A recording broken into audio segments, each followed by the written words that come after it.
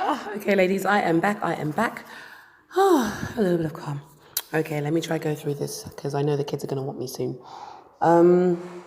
What did we cover? We covered being argumentative, being stubborn, being prideful we were about to go into. Right, okay, being prideful. It says it all. Pride comes before a fall. Ladies, put that pride down. Because when you're filled with pride, you're filled with ego. When you're filled with ego, that is masculine. Men bump with each other for ego. You know, why? Just think about it. Wise, let's think about this. In your household, in your relationship, if you're a very prideful person, do you think you're an easy person to connect with?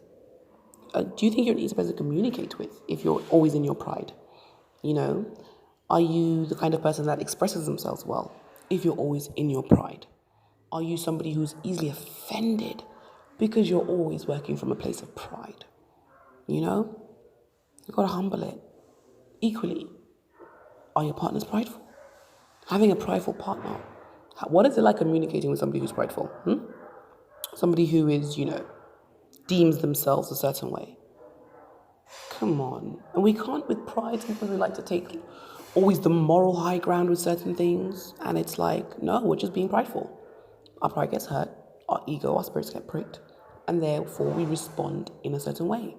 And being prideful is so masculine because now you start working off a kind of bravado.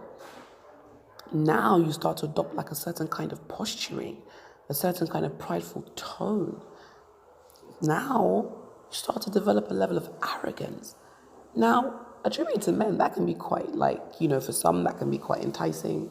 For some that can be deemed to be, once again, it's their sense of pride in themselves, sense of pride in their achievements and their abilities that allows them to be purpose-driven, that allows them to be focused, that allows them to be disciplined.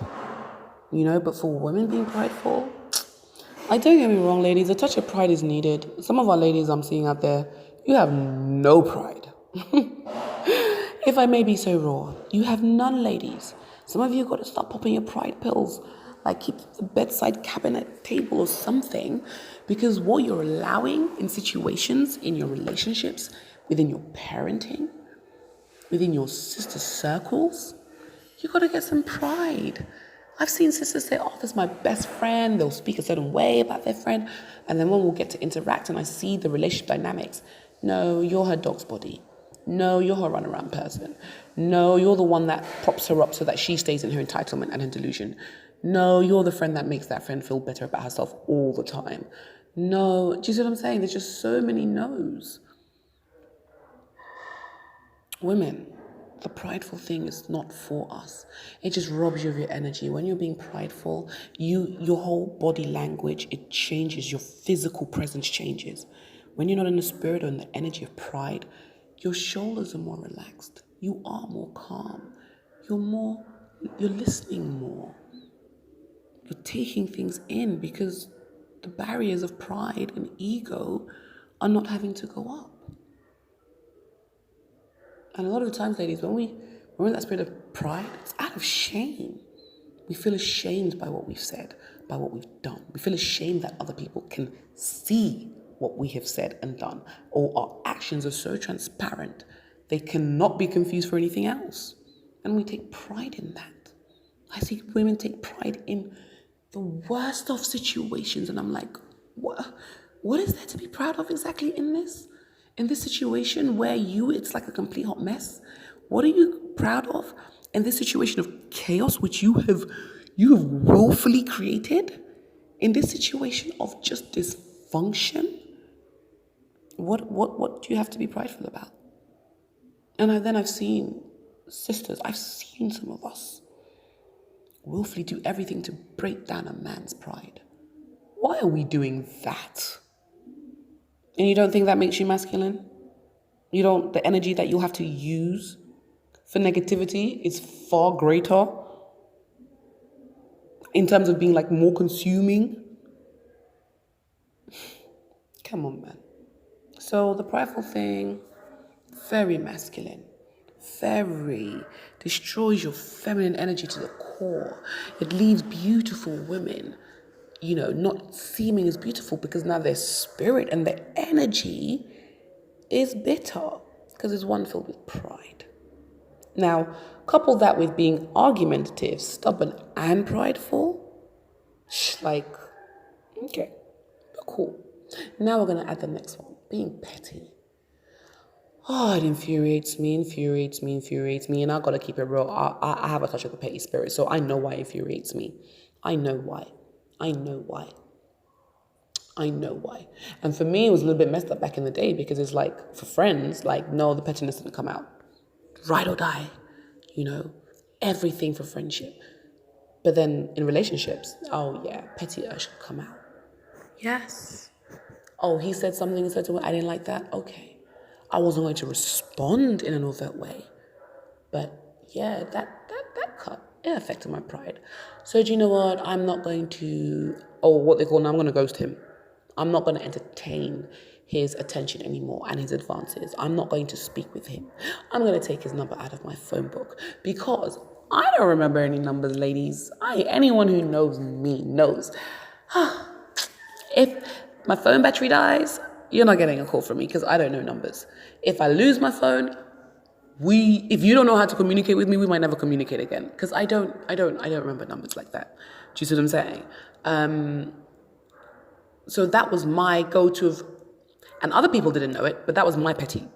I knew when I was going to point, okay, I've taken the number out. Ursh, you are petty because you know you will never get that number back, and you know you're too prideful to ever go back and be like, oh yeah, by the way, your number. And then you know the stubbornness is going to kick in. And then you won't argue with them, but you just dig deep into your pettiness. Ladies, does that even sound good? And I'm a good person, but I got some petty traits. And hey, that does not work in relationships. Does not work in marriage. Pettiness, what, you're going to be petty to your kids? Because some of us are petty to our children when we don't deem them to have appreciated what we've done for them. Because yeah, okay, cool. They should be so appreciative of the fact that we brought them into the world and we feed them every single day. The choice they had no part in, to which they are, if we want to look that way, they are now victims of circumstances, our own circumstances. Yeah, but we expect them to be grateful. And some people, some women, I've seen them, some parents, men and women, are petty to their children. Like when you tell a child, don't do that, and you know they're going to do it, and they keep doing it. And then when it happens, you're like, oh, okay. And then the touch of the pettiness comes out because you're like, I told you not to do that. What do we think they were going to do? So pettiness with our children, pettiness in our sister circles. Ladies, please, each of you should be able to give me at least one example of a relationship where you experience pettiness from another sister, whether it be a colleague, generally somebody you class as a friend, but as a sisterhood. Yeah, please share, give me an example of it, and then ladies, be so brave, please. Give me examples of your pettiness. What are the levels to which you can be petty? When something touches you, when something pricks your spirit, what is the level to which you can go?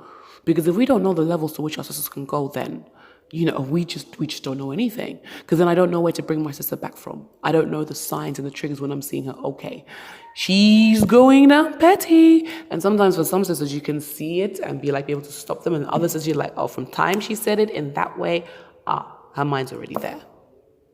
And then you know where to be like, sis, don't do it. Don't risk it all. Don't risk it all in this conversation. Don't be petty. Because now it'll frame the way people will view you. There's no point being seen as a smart, beautiful, intelligent woman, but yeah, damn, she's petty though. And then to take it further, ladies, excuse my language, but to say she's petty as F. That's not a good quality.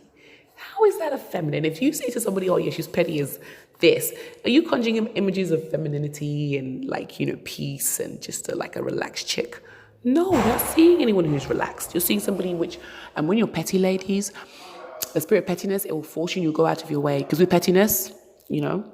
It forces you to go out of your way to do things you would not have done before, but you do them because you're being petty.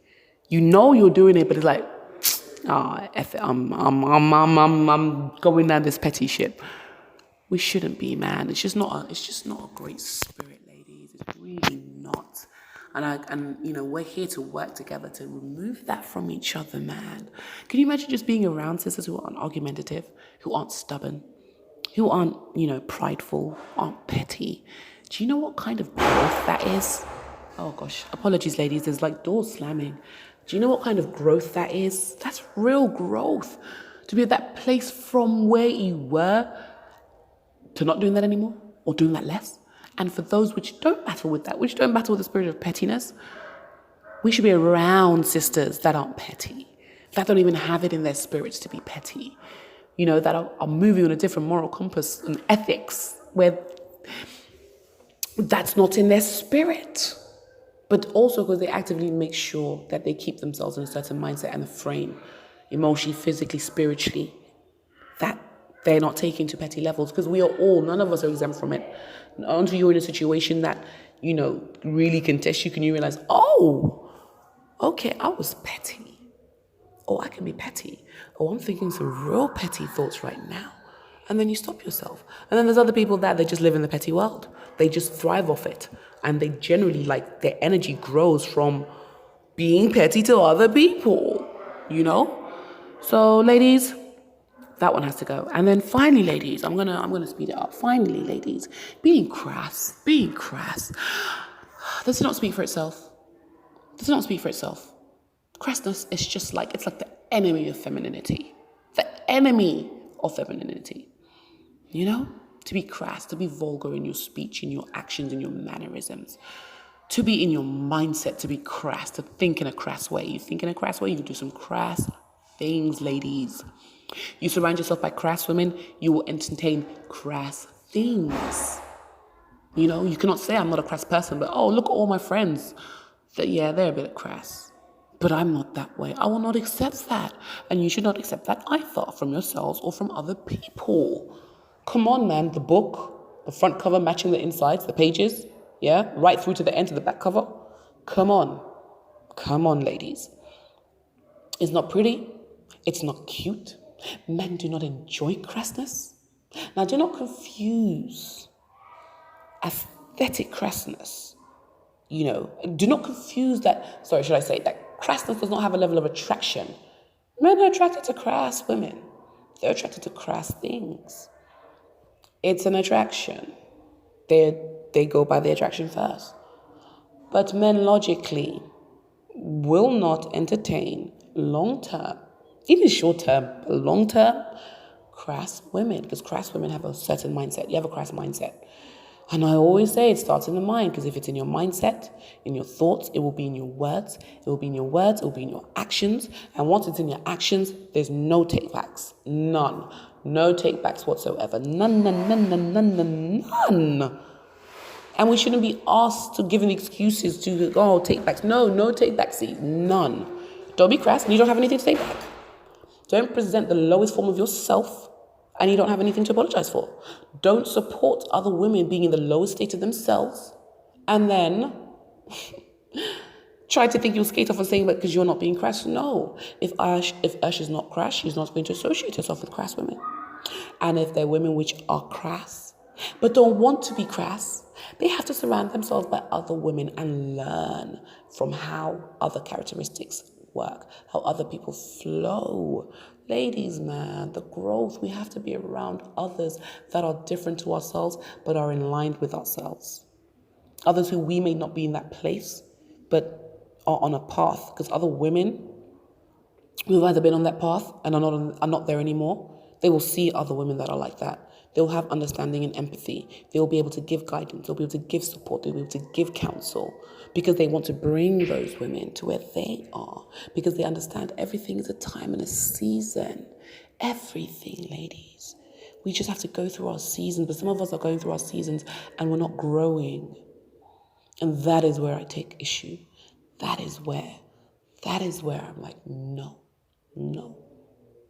I would rather have no sisters around me than to have the wrong sisters, because then my daughters are watching the women around me. They're going to replicate that and have women around them of no value or diminishing value, you know? Ladies, the stronger we are around each other, the greater we increase our collective value. Collective. That's what we're doing here in SisterCode. That's what the Sister Circle is, the collective value of women. So I'm going to leave it there, ladies, yeah? So we did it as a part 2. There was no way I was going to get this done as a part 1. There was no way the house was going to allow me, no noise. But we got it done. But sisters, I love sharing with you ladies, and I love speaking with you ladies, and I love connecting with you ladies. And I really do, I'm excited about what I know you ladies will get from this when you take it in and you feel it and you breathe it and you exercise it and you intentionally apply it and you think on it. And ladies, it's okay to be where you are at the moment, but it's not okay to stay where you are. I will not excuse you to stay where you are. Yes, you will get no benefit from this membership if you want to stay where you are. Why would you want to stay where you are? Even if where you think is great, we can always have more peace, always have more joy. We can always connect with other women that just make us happy. Happy. I'm proud to say that that's what I'm building. I'm proud to say that where I know we will get to, ladies, it's going to be something else. But those things, we're planting our seed. But the harvest, ladies, the harvest. Put in that work, man. Put in that work. All right, ladies. Resonate on it, meditate on it. Drop the comments that you want to drop on it. And yeah, we'll touch base again. All right, ladies.